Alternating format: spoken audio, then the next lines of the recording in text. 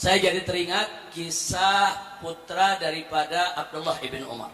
Sayyidina Umar itu Khattab punya putra bernama Abdullah, dan Abdullah punya putra bernama Salim.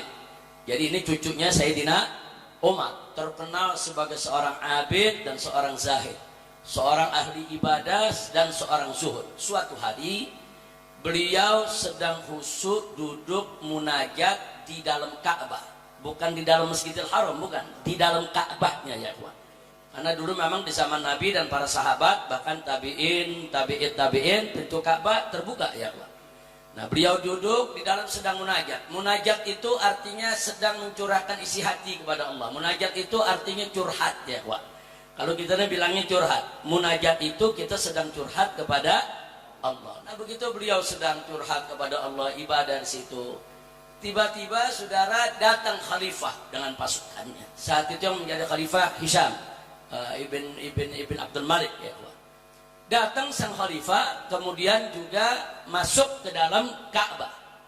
Pengawalnya nunggu di dalam Ka'bah, di luar Ka'bah ya Allah.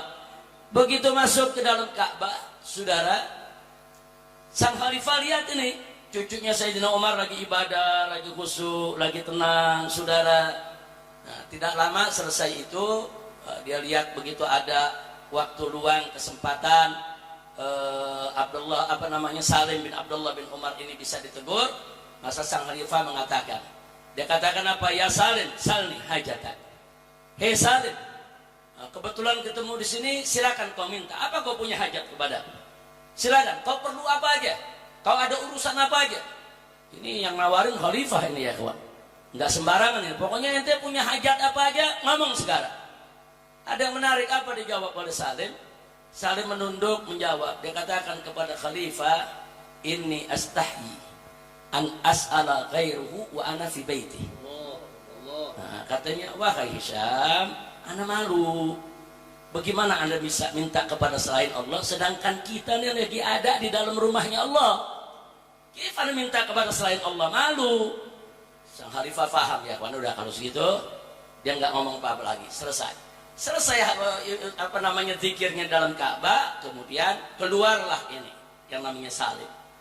Khalifah begitu melihat Salim selesai daripada ibadahnya, zikirnya, keluar dari dalam Ka'bah, maka sang khalifah pun menyelesaikan acaranya di dalam Ka'bah. Dia kejar ini Salim. Jadi bukan Salim yang ngejar khalifah, bukan ya kawan, khalifah yang ngejar Salim. Begitu sampai di luar Ka'bah, apa sang khalifah mengatakan? Ya Salim, salni hajatan. Sekarang kita udah di luar Ka'bah. Sekarang kita udah di luar di rumah Allah. Ente punya hajat apa? Sampaikan. Kemudian Salim bertanya kepada sang khalifah, baik, sya'nud dunya amil akhirah. Ini yang ente tawarkan kepada ana nih, urusan dunia apa urusan akhirat nih yang mesti ana minta? Nah, si khalifah mengatakan, ya tentu urusan dunia dong. Kalau urusan akhirat nggak mungkin so khalifah bisa ngasih urusan dunia. Apa ente punya hajat? Nah, setelah dijawab begitu, Salim mengatakan, apa dikatakan? Wallahi, demi Allah, katanya. Kata Salim, saudara, lam as'alid dunya mimman yamlikuha. Aku tidak pernah minta dunia kepada zat yang memilikinya. Wa kaifa as'alud dunya, bagaimana aku harus meminta dunia mimman lam yamlikuha? Bagaimana aku minta dunia dari orang yang enggak memiliki dunia itu? Maksudnya Allah aja pemilik dunia, anda nggak pernah minta dunia sama Allah. Terus ente kan nggak memiliki dunia, bagaimana anda bisa minta sama ente yang nggak memiliki dunia? Habis ngomong begitu langsung jalan Salim ya kawan. Si khalifah bengong aja ya kawan.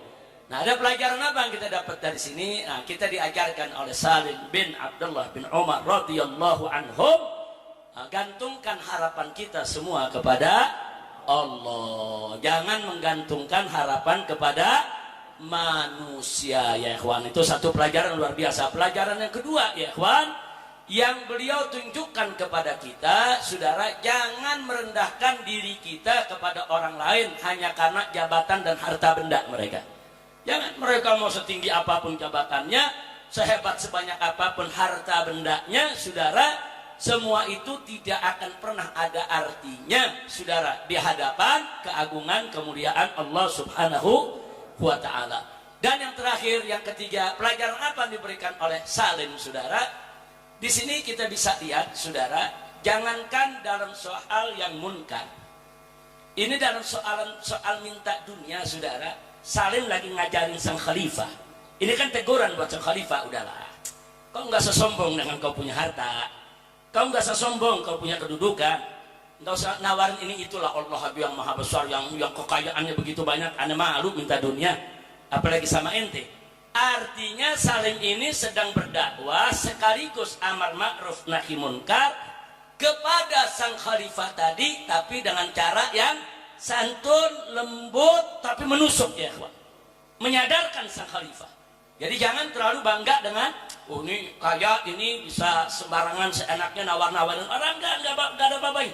Kedudukanmu begitu tinggi di hadapan Allah, enggak ada apa-apanya.